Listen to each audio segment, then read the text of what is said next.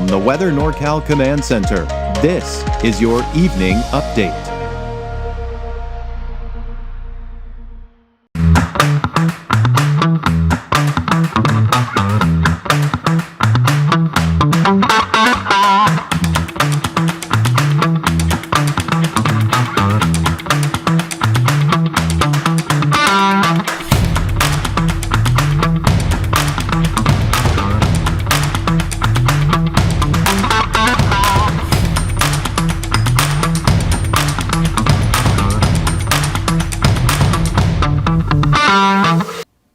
Good evening, everyone. I'm meteorologist Mike Kruger, and this is your evening update. For those of you just checking in for a quick forecast, well, let's start you off with Kruger's Quickcast here. And for tonight, we are looking at these hot temperatures during the day, but we still have, at least for a short period of time, some of these cooler temperatures we get to start the morning off, especially in the higher elevations. But, it is certainly getting a little bit more mild in some of those overnight and early morning hours. Now, heading out the door tomorrow morning, we are seeing some fog working its way up from the north. So I do expect that places along the coast, especially in central southern Humboldt County along the coast, could see some fog, but less fog as you work your way northward towards, say, Del Norte County, for example. The valley, sunny skies, Trinity County, the mountains, everywhere else sunny skies, but it is again getting more mild even for some of those higher elevations. So we look at futurecasts. This is what I was talking about. Now we go into tomorrow morning. There you can see around Shelter Cove, yeah, we're starting to see some of that fog begin to develop.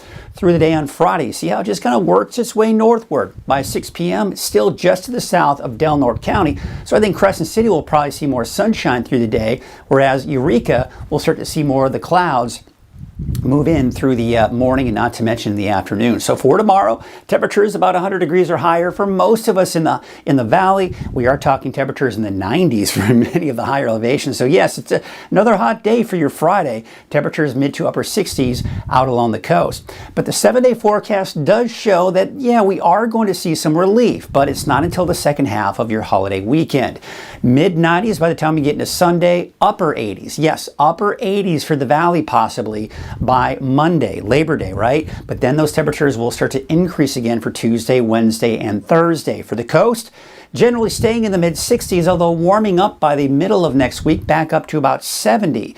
Inland, just like everywhere else in Northern California, is going to see that dip in the temperatures over the second half of the weekend before going back up for next week. That's also the case for Mount Shasta, El Turris, and not to mention the Susanville area as well. All right, that is Kruger's Quickcast. Before we get to the deeper dive forecast, I do want to remind you that Weather NorCal, our main focus is weather, right? But we do have some special programming such as NorCal Ag Report, sponsored by Lassen Canyon Nursery. It's a great report. This week, Jerry O'Lennon did speak to someone out at the meats laboratory in Chico State University, and you learn more about what it is they do in that plant. And it's really interesting. We do meet with farmers and ranchers and the like, and we learn all about agriculture in our area. Once a week, a new report. Watch those new episodes on weathernorcal.com. You can also watch from the free Weather NorCal app, and it's also on the 24-hour streaming channel as well. All right, let's take a look at our weather headlines.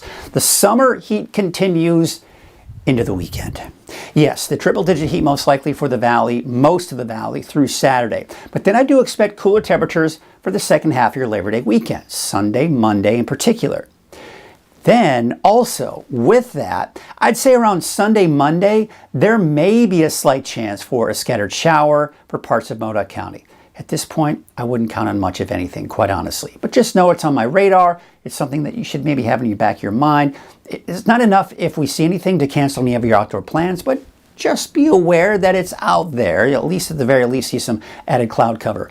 But after the storms, or after the area of low pressure moves on out of here that's bringing us the cooler weather, once that moves out, we're back in the triple-digit heat again, especially for the valley, but even some of the higher elevations could see some of that as well. The winds tomorrow are going to be a little bit stronger than they were today. That's going to elevate that fire danger just a little bit more. And unfortunately, the winds may pick up even more for your Saturday. There you can see in the valley those strong south winds, the eastern mountains, some pretty strong winds there as well. So we look at the humidity. Same situation. So very dry conditions, keeping it in the single digits here for the valley for your Friday, not to mention your Saturday. So when you combine the heat, You combine the winds and the low humidity. For your Friday, we are in that very high category for most of the valley. Also central Siskiyou County, we're even getting into that moderate category off into the eastern mountains. And unfortunately, it looks like that fire weather risk is going to be even higher going into your Saturday. Getting deep in the oranges, getting in the high to even very high range for the valley, even into central Siskiyou County, but even some oranges in parts of eastern Lassen County as well. So it looks like our fire weather risk, unfortunately, is going to increase over the next few days, which kind of leads me to kind of talk real quickly about the Boise fire and the Park fire. A lot of people have this idea that they're pretty much done with. And for the most part, we're not seeing a lot of activity coming in from the fire, and that's why they're able to really gain some ground on that containment. However, when you start seeing it dry out, when you start seeing the temperatures heat up and the winds pick up, you can start to see more activity coming in from the fire. So that's why that's something we need to be aware of and alert of the fact that we may start to see some more smoke coming in from the fires, but overall we haven't seen much over the last week or so. Again, looking at futurecasts, there's the fog down to the south here tomorrow morning. Taking you through the day, it creeps northward, but Delaware County at this point looks to remain fog-free through the day on Friday. Notice elsewhere through the day tomorrow, plenty of sunshine. We may see a couple of those afternoon, what we call fair weather cumulus clouds develop in the area, especially in some of the mountains off to the north and east, but otherwise clear skies. Now, by Saturday morning, that fog is hugging the coast. And that's going to be the case here even through Saturday afternoon, that fog sticking around. But notice more cloud cover on Saturday. So this is what I was talking about with that potential for a stray shower or thunderstorm. Futurecast isn't picking up on any showers or thunderstorms here, but we are seeing some of those clouds. So again, if you're going to be in the Warner Mountains, for example, or out hiking in the Alturas area or Modoc County in general, just be aware that you may start to see some clouds. If you run into a passing sprinkle, don't be surprised, or a light shower. But overall, it's going to be fairly dry. And that'll be the case most likely for your Sunday and Monday as well. There's a look as we go into Sunday evening, looking at that longer range forecast model. Once again, same situation. You're seeing those clouds out there, but not really picking up on much in the way of rain. And for your Labor Day, a few more clouds in Siskiyou County, but once again, not picking up on any rain. Now, there is some monsoon moisture that may work its way up the spine of the Sierra here by the middle and latter part of next week, but really won't have much impact on us, if any. So the heat that's over us now, that's pushing eastward, but it's still going to be hot for your Friday. It's still going to be hot even for your Saturday. But this area of low pressure right here, it's not coming from the Gulf of Alaska. So it doesn't have really, it's not what we call a cold core area of low pressure. What it does have with it though is more mild temperatures. So instead of hot, it'll be warm. So as that moves over us, this is what's going to help to push that heat back down to the south and east. For us, this is going to also help to drop our temperatures down. A little bit more of that onshore flow will give us a stronger delta breeze, especially to the south. Places like Chico will most likely feel the impacts of it a little bit more. But this is going to really help to cool us off a bit. So a nice wrap up for your holiday weekend, but unfortunately as that moves out, high pressure builds back in through next week. And as a result, we're back into the upper 90s and triple digits for most of us in the valley. In fact, we take a look at that 10-day trend. You saw that was a roller coaster ride, going up, going down, going back up, maybe back down a little bit here eventually going into that next weekend. So yes, temperatures going up and down, and yes, they will be above normal, but this is not going to be a major heat wave.